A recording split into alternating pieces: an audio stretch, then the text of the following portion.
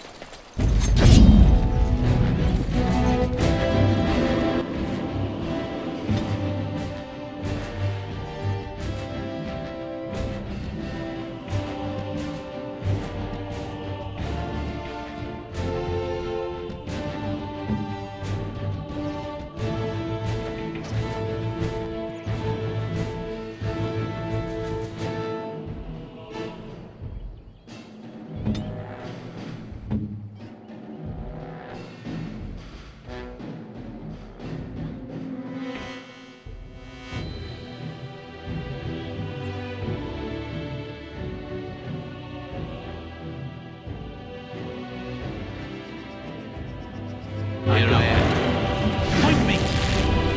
Yes.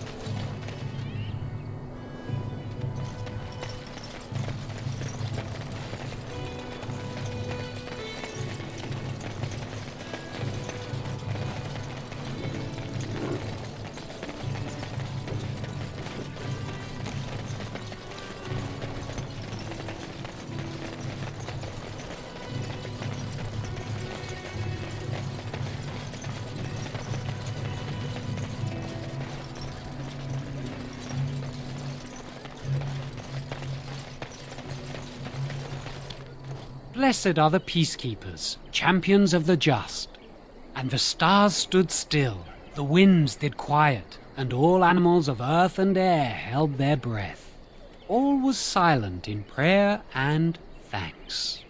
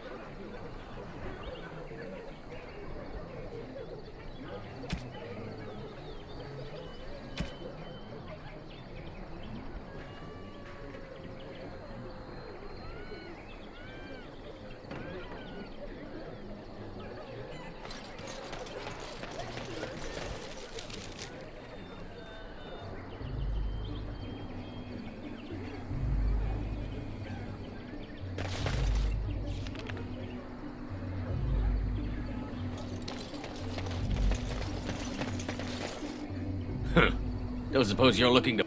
All right. Just...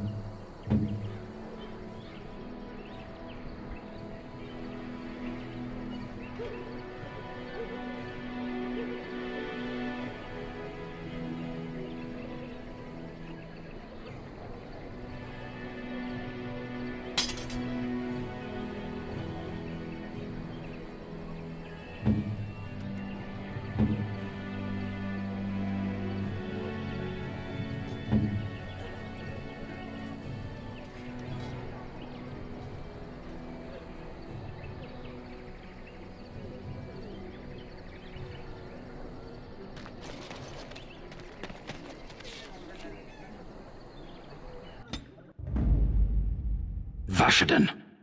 Yes.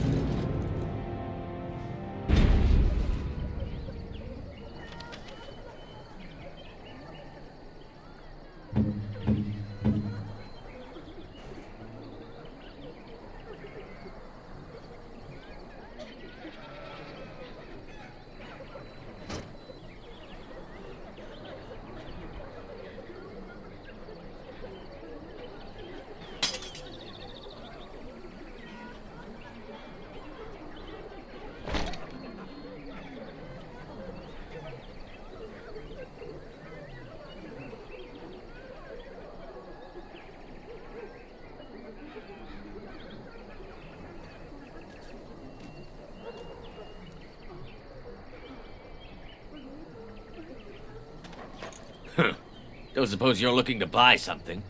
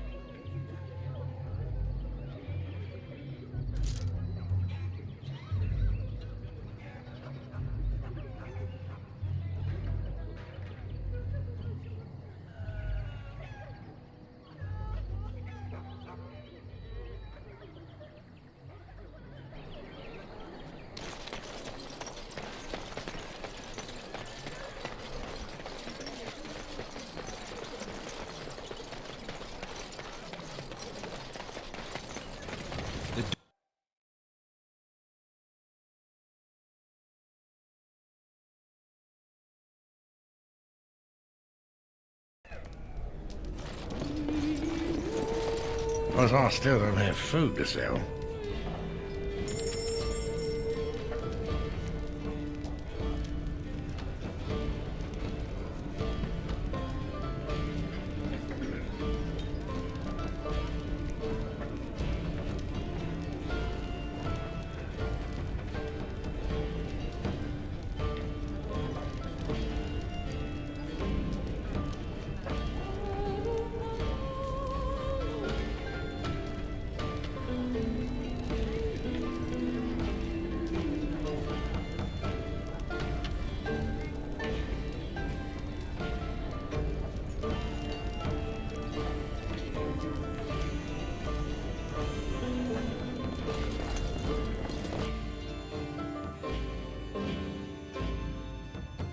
Been out to the market?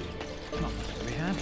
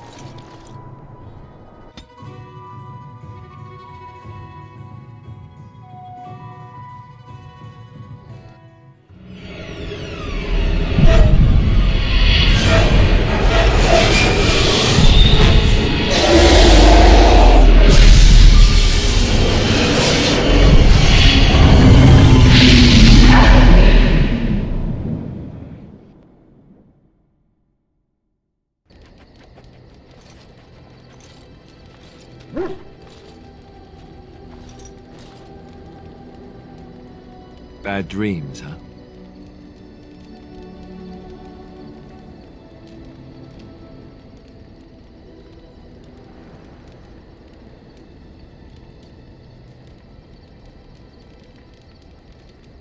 Drank more like, as in the tainted blood, remember? You see, part of being a Grey Warden is being able to hear the Darkspawn. That's what your dream was, hearing them. The Archdemon, it talks to the Horde, and we feel it just as they do. That's why we know this is really a blight.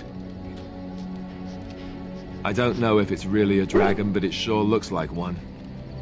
But yes, that's the archdemon. It takes a bit, but eventually you can block the dreams out. Some of the older Grey Wardens say they can understand the archdemon a bit, but I sure can't. Anyhow, when I heard you thrashing around, I thought I should tell you. It was scary at first for me too. Other than dying young and the whole defeat the blight alone thing, no, I'm all tapped out for surprises. Anyhow, you're up now, right? Let's pull up camp and get a move on.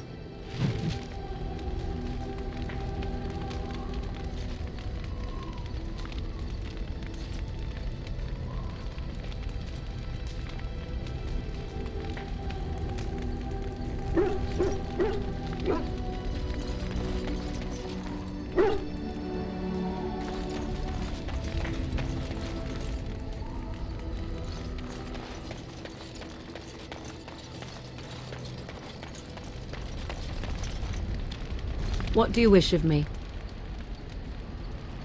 We are in camp, so 'tis as good a time as any. I am here because Flemeth commanded me to aid you. Why? Do you wish me to leave? I can do so if you prefer.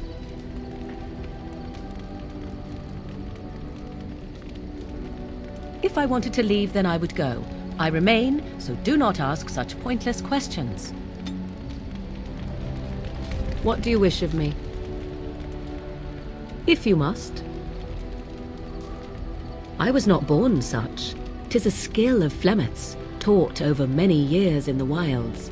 The chastened have tales of we witches, saying that we assume the forms of creatures to watch them from hiding. When a child is alone and separate from his tribe, that is when we strike, dragging the young boy kicking and screaming to our lair to be devoured. A most amusing legend.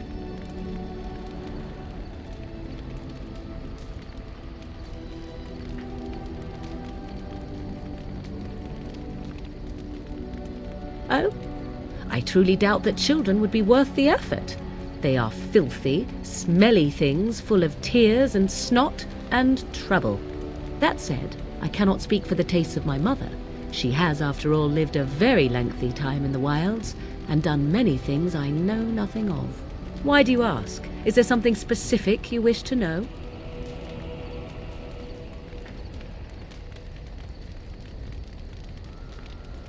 No? 'Tis not unheard of in the remote corners of the world. There are traditions of magic outside of the circle of magi, despite what those mages would have you believe. Some of these traditions are old, indeed, passed down as carefully guarded lore from one generation to the next. The zealots of the chantry would uproot all such practitioners if they could, but as luck have it, some still exist. My mother is such a one. Not all apostates use the forbidden blood arts. Maleficarum do, but to condemn all who do not fall under the circle's thrall for the sake of what might be is a dangerous path to walk. There are those who look on the word apostate as meaning freedom. The form of an animal is different from my own. One may study the creature, learn to move as it does, think as it does. In time, this allows one to become as it is. I gain nothing by studying another human. I already am the same as they are. I learn nothing. So the answer is no, my human form is the only one I possess. Anyone with sufficient will, but the act of transformation is a magical one. 'Tis a spell and thus requires a mage's talents. If you had a notion to learn such a skill for yourself, sadly, you must remain disappointed. There were nights when the wilds called to me, 'tis true. You look upon the world around you and you think you know it well. I have smelled it as a wolf, listened as a cat, prowled shadows that you never dreamed existed. But my life is as a human. I am under no illusions to the contrary. They do not shy away from me. To their senses, I believe I seem like any other of their species. As to what they think, I truly cannot say. Just as I am still human, no matter my form, they are still animals. Thus they cannot speak, even were I to ask. Indeed. Have you an opinion on my abilities, then? Am I an unnatural abomination to be put to the torch?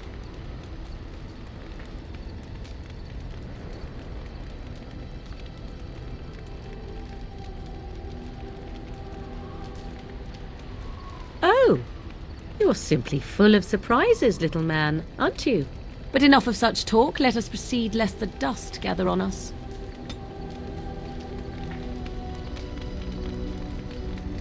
What do you wish of me? If you must.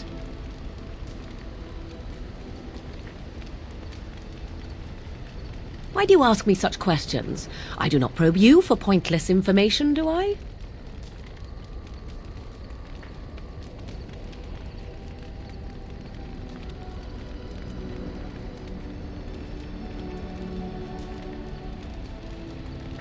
Beg pardon, then, while I jump for joy. What is it you asked? If I grew up in the wilds? A curious question. Where else would you picture me? For many years it was simply Flemeth and I. The wilds and its creatures were more real to me than Flemeth's tales of the world of man. In time I grew curious. I left the wilds to explore what lay beyond, never for long. Brief forays into a civilized wilderness.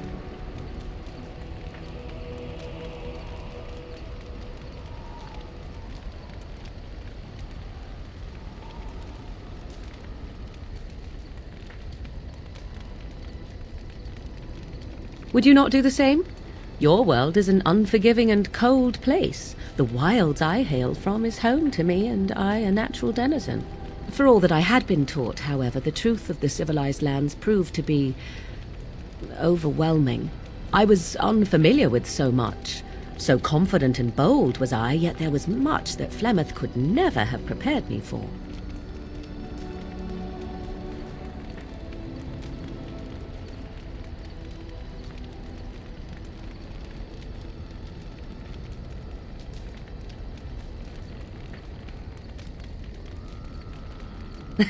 Equal parts daring and foolhardy, perhaps.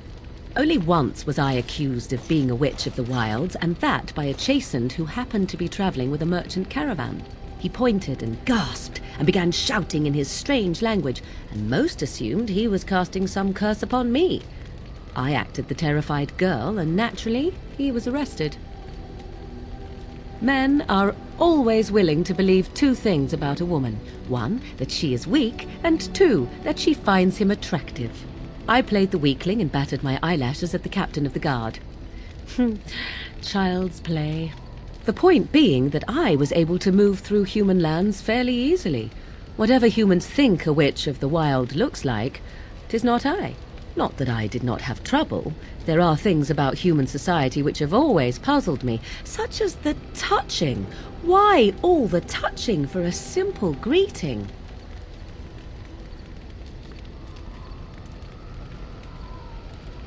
To begin with, yes. What is the point of touching my hand? I find it an offensive intrusion.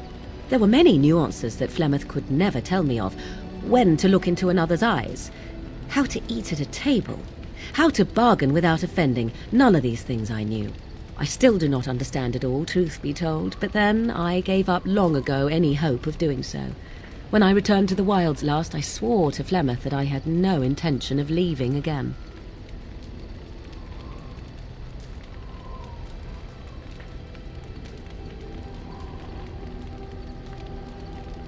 Yes, here I am. Well, let's get on with it before the ground opens up and swallows us, yes? Yes? If you must.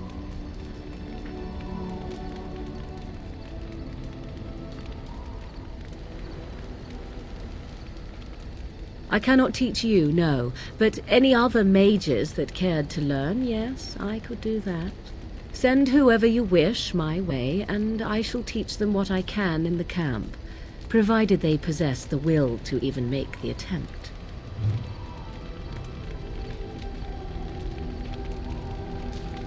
Yes? If you must.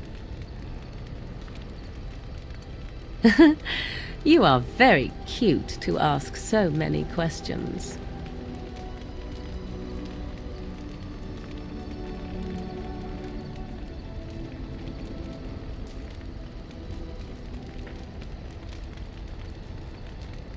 Really?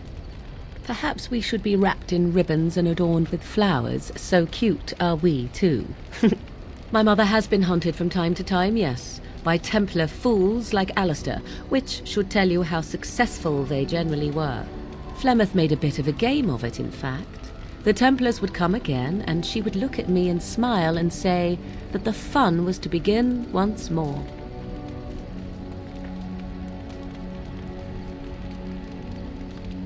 I found the game fun.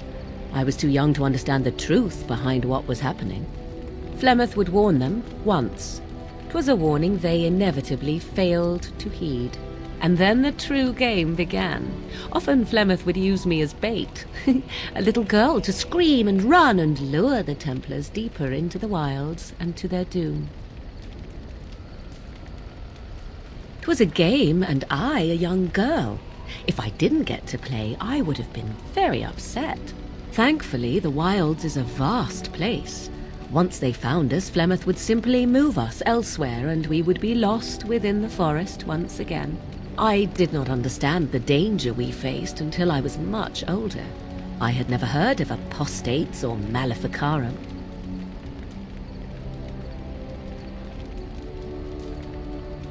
You do not know? The Zealots use that word for any magic they do not control.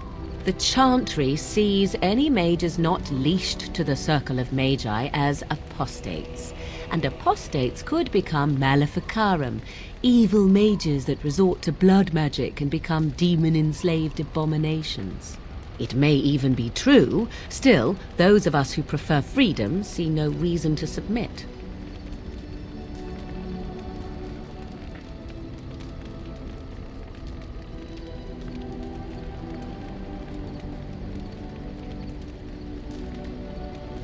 Thank you for small favors, then, at the very least. Enough of this talk. Let us return to the task at hand. Yes? If you must.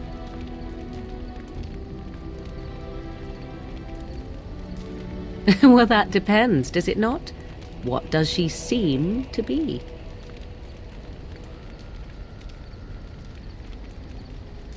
You mean, is she truly the Flemeth of legend and story? Tell me, how much do you know of the tale? The one that the chastened still tell of my mother, to frighten them into obedience.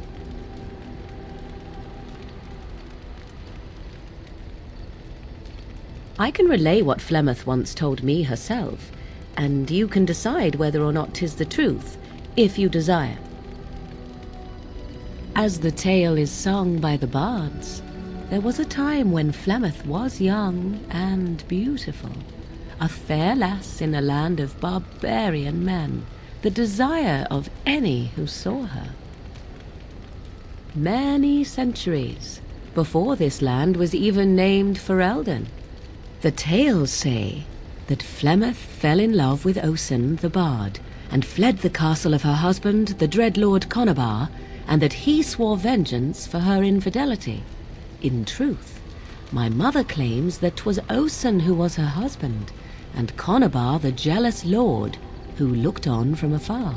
Lord Conabar approached young Osen and offered him wealth and power in exchange for his lovely wife, and Osen agreed.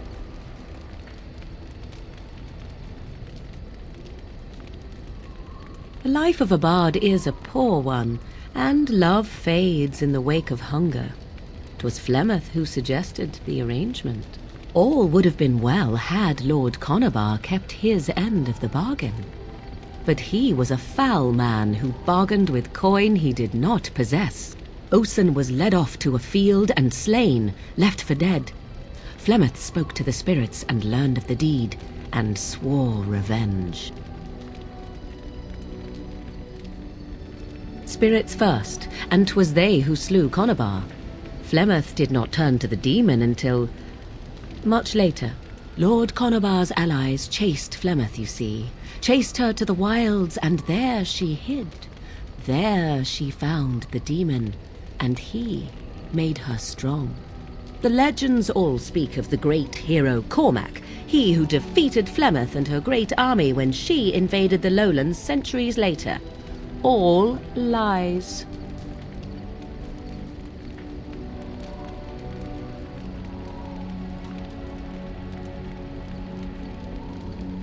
The truth of the matter is that there was never an invasion. As Flemeth tells it, the Chastened never raised an army under her banner, and she never fought with any warrior named Cormac. Cormac led a brutal civil war against his own people, and later claimed it was to vanquish evil that had taken root amongst the lords. Thus, he was hailed a hero. Flemeth was only attached to the legend much later. Perhaps 'twas due to the great war with the Chastened that eventually came, but Mother claims not to know how it began. The demon within her has transformed her into something else. An abomination, perhaps some would say. I know not. I only know my mother is clever, and she is part of the wilds as it is part of her. But she is no immortal. She bleeds. A blade in her heart would kill her like any other, were it lucky enough to find her.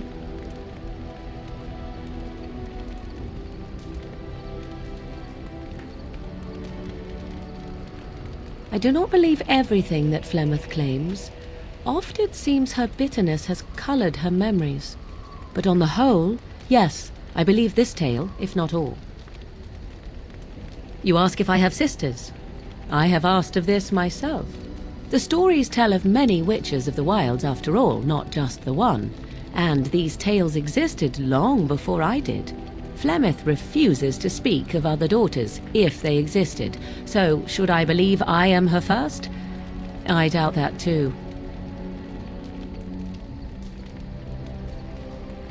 The Chastened tell of a falling out between Flemeth and her daughters.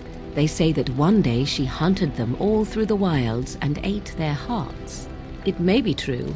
I have never seen another witch or heard of one. Perhaps one day Flemeth will eat my heart as well. Flemeth tells it with far more embellishment than I, but you are welcome.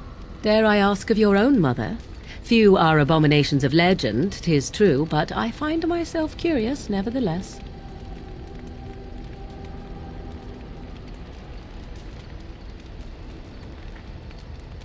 Ah, then you have my sympathies for what it is worth. Which is very little, I am certain. It matters not. Let us move on. Yes? At times, perhaps. A world full of people and buildings and things was all very foreign to me. If I wished companionship, I ran with the wolves and flew with the birds. If I spoke, 'twas to the trees.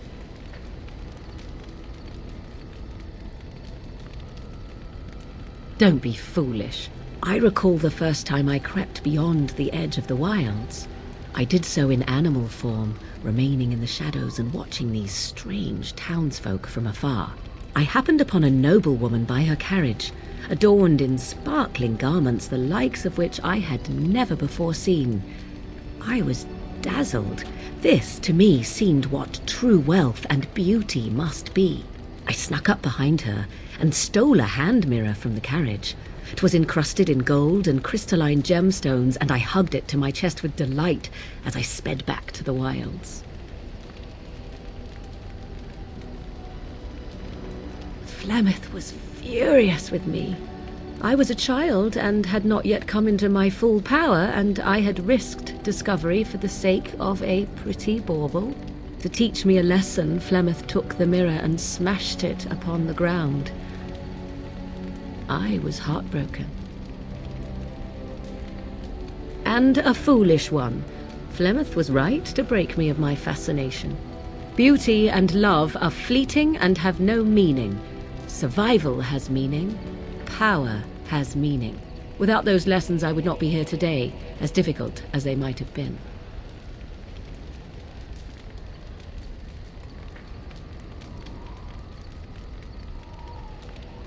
Sorry? There is no need to feel sorry for me. What is there to be sorry for? To return to your original question, perhaps my time in the wilds was indeed lonely, but such was how it had to be. I find myself at times wondering what might have become of the girl with the beautiful golden mirror, but such fantasies have no place amidst reality.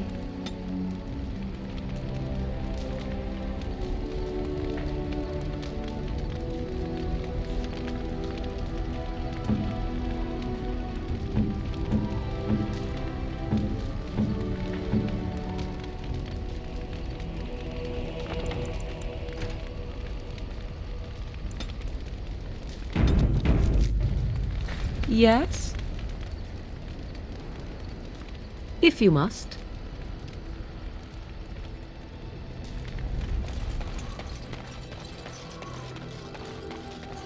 Ah, it's good to see you, my timely rescuer. Bodon Fennec at your service once again. I saw your camp and thought to myself, what safer place to rest for the evening than in the camp of a Grey Warden? I'm perfectly willing to offer you a fine discount for the inconvenience of our presence. How does that sound? Good? Yes?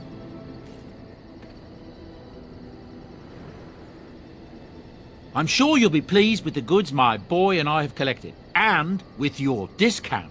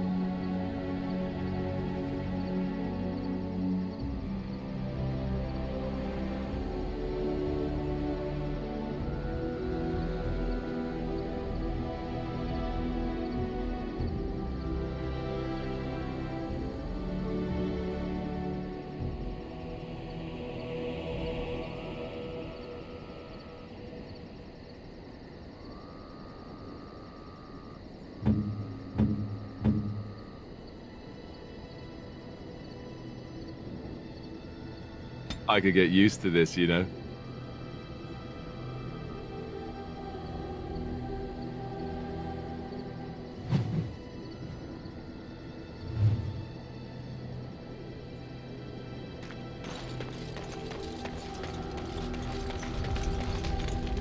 Something on your mind?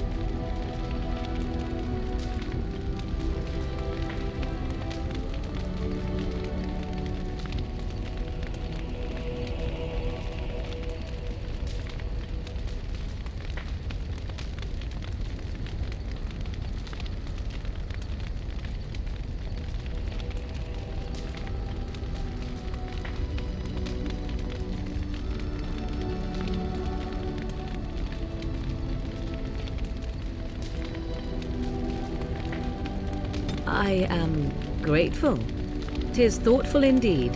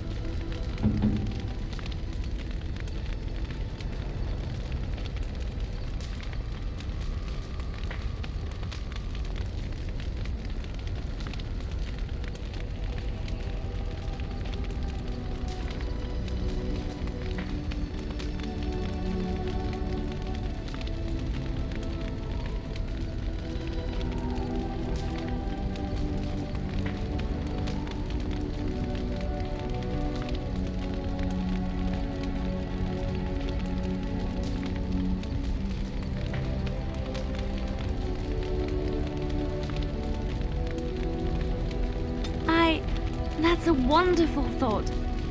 I don't know what to say.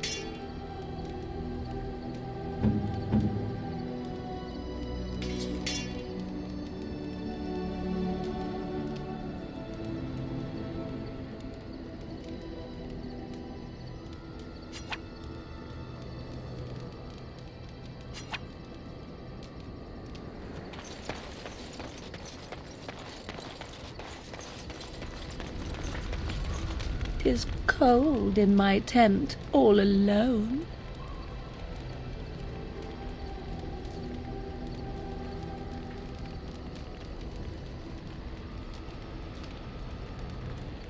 So you shall come to my tent? But whatever shall we do in that tiny little space together while we wait for it to warm?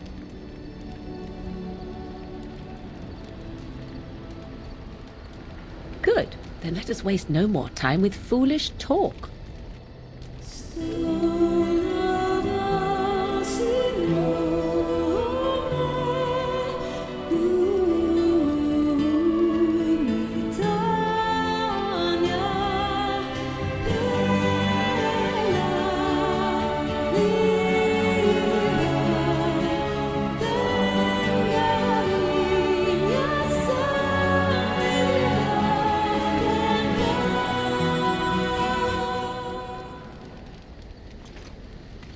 I see the stories they tell of Grey Warden endurance are not exaggerated.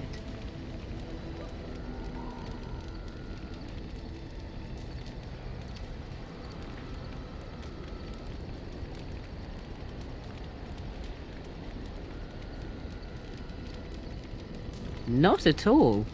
Legends abound regarding such figures as Garahel, sordid though they may be. The unanswered question, of course, is whether the endurance exists because of the taint within you, or because the Grey Wardens are by nature so very healthy.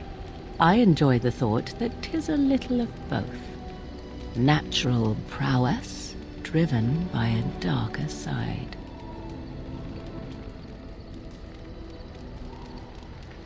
That is entirely up to you. Simply know that I have no designs on your independence.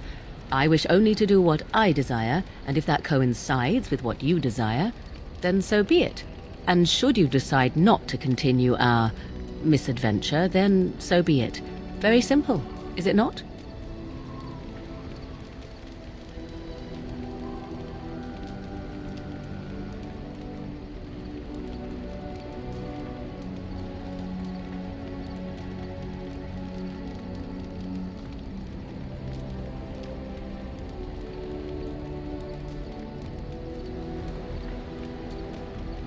Oh, now you ruin the mood by speaking profanities.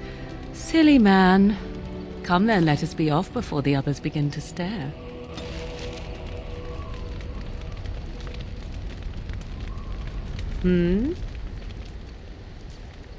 We are in camp, so 'tis as good a time as any.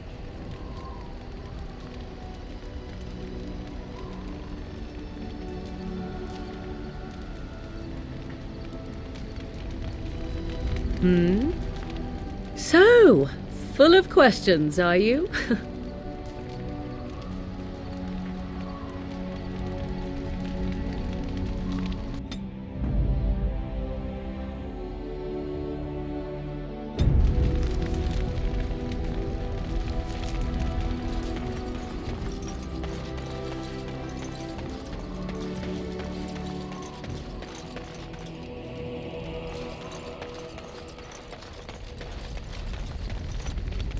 Something I can help with? Yes? What's on your mind?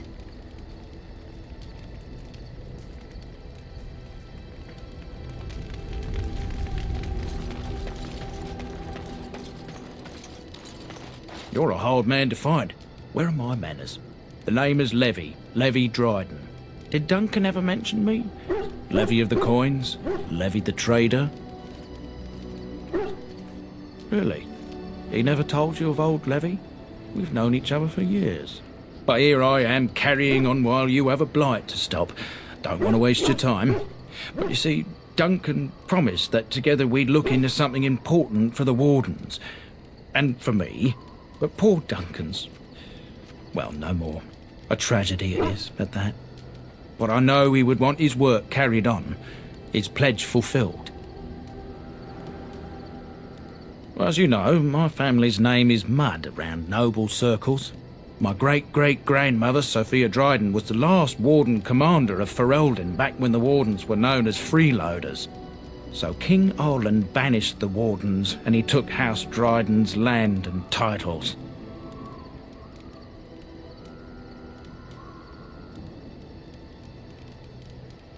Duncan wanted to reclaim the old Grey Warden base, Soldier's Peak. And perhaps we'll uncover evidence to restore my family's honour along the way. Nobody's been to Soldier's Peak since the Grey Wardens were banished, but I found a way. They say it's haunted, and it's certainly dangerous. Will you help me?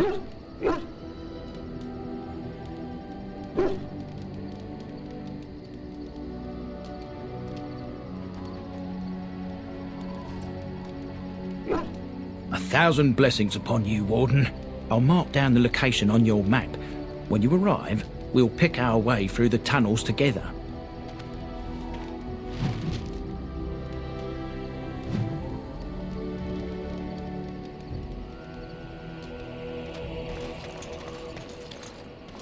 Hello. The boy's a bit simple, but he's rather good with enchantments. One of those tranquil fellas actually called him what was it now? A savant. I had no idea such a thing existed. He can fold lyrium into almost any weapon or piece of armor, though naturally some of the more extravagant materials will take more lyrium than others. It's a process that some of the master smiths back in Orzammar will perform, but my boy here is just as adept at it. Isn't that right, boy? Enchantment! And there you have it. Enchantment!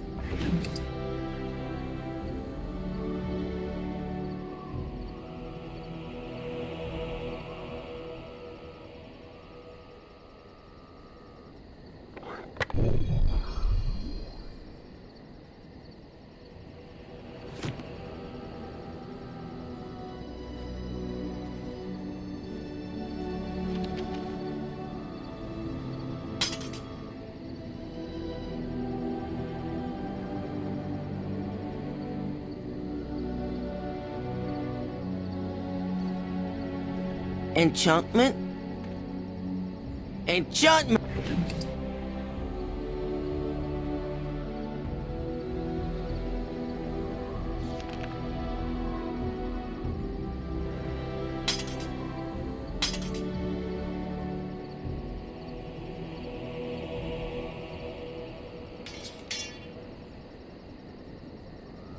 You and your friends are formidable folk, indeed. It's good to have you along on the road. I suppose since you told me about you being a Grey Warden, it's only fitting for me to be as open. I am originally from Orzammar, the famed dwarven city that lies beneath the stately Frostback Mountains. I was a merchant there, too. Merchant caste. These things are in the blood, you know. You can't just leave them behind. I ran a fairly successful business. Rare artifacts, you know. Old things, grand things. The nobles loved them. Reminded them of the lost glory days, I suppose.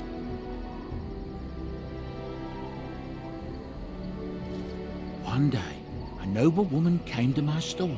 She looked around for a bit and then started shrieking in dismay. Apparently, she believed that a pair of braces I had for sale once belonged to her brother. He'd been lost in a cave-in, you see, while on an expedition to clear out the Darkspawn from one of the tunnels running close to the city. They were made specially for him. They're unique, she shrieked. He stole them from my poor brother's corpse.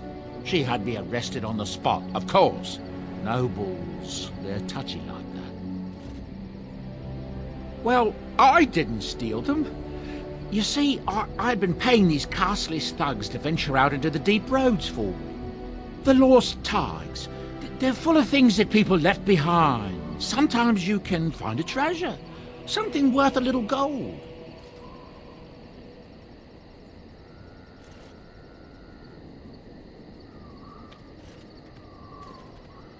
The noblewoman, she wasn't too happy with the theft of her brother's braces.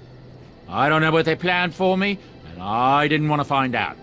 Bribed the guard that was watching me and took off for the surface first opportunity I got. Never looked back.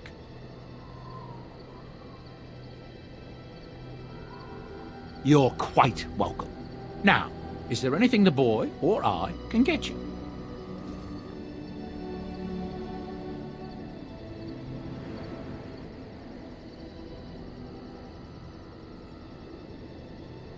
Look, we don't rob people, all right? We don't take things from people that need them.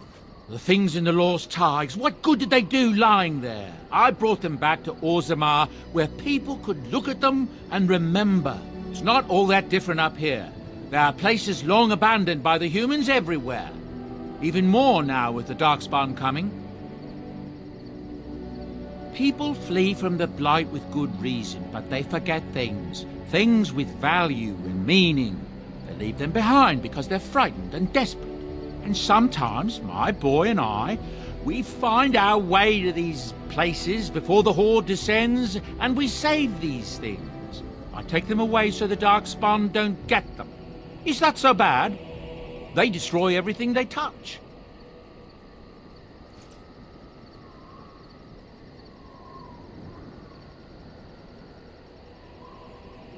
That's what I tell myself, too. Ah, these are dark times indeed. Dark times, my friend. Ah, yes. I'm married to a fine woman back in Denerim, it's true. She'd give me a son if she could, but that's not likely to ever be. Sandal here. I found him in the deep roads years ago.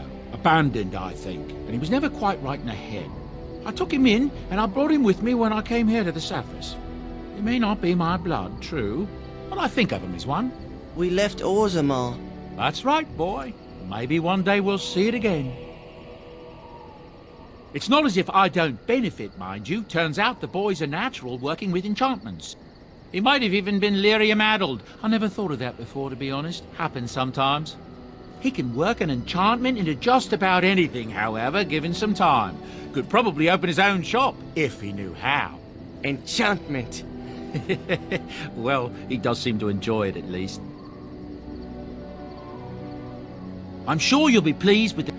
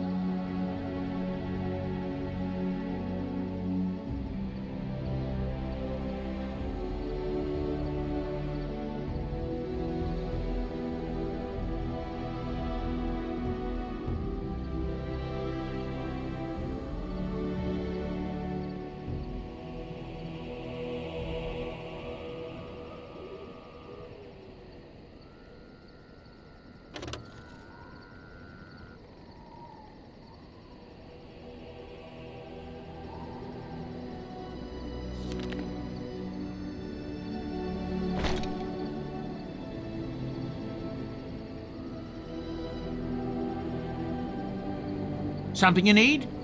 I'm sure either...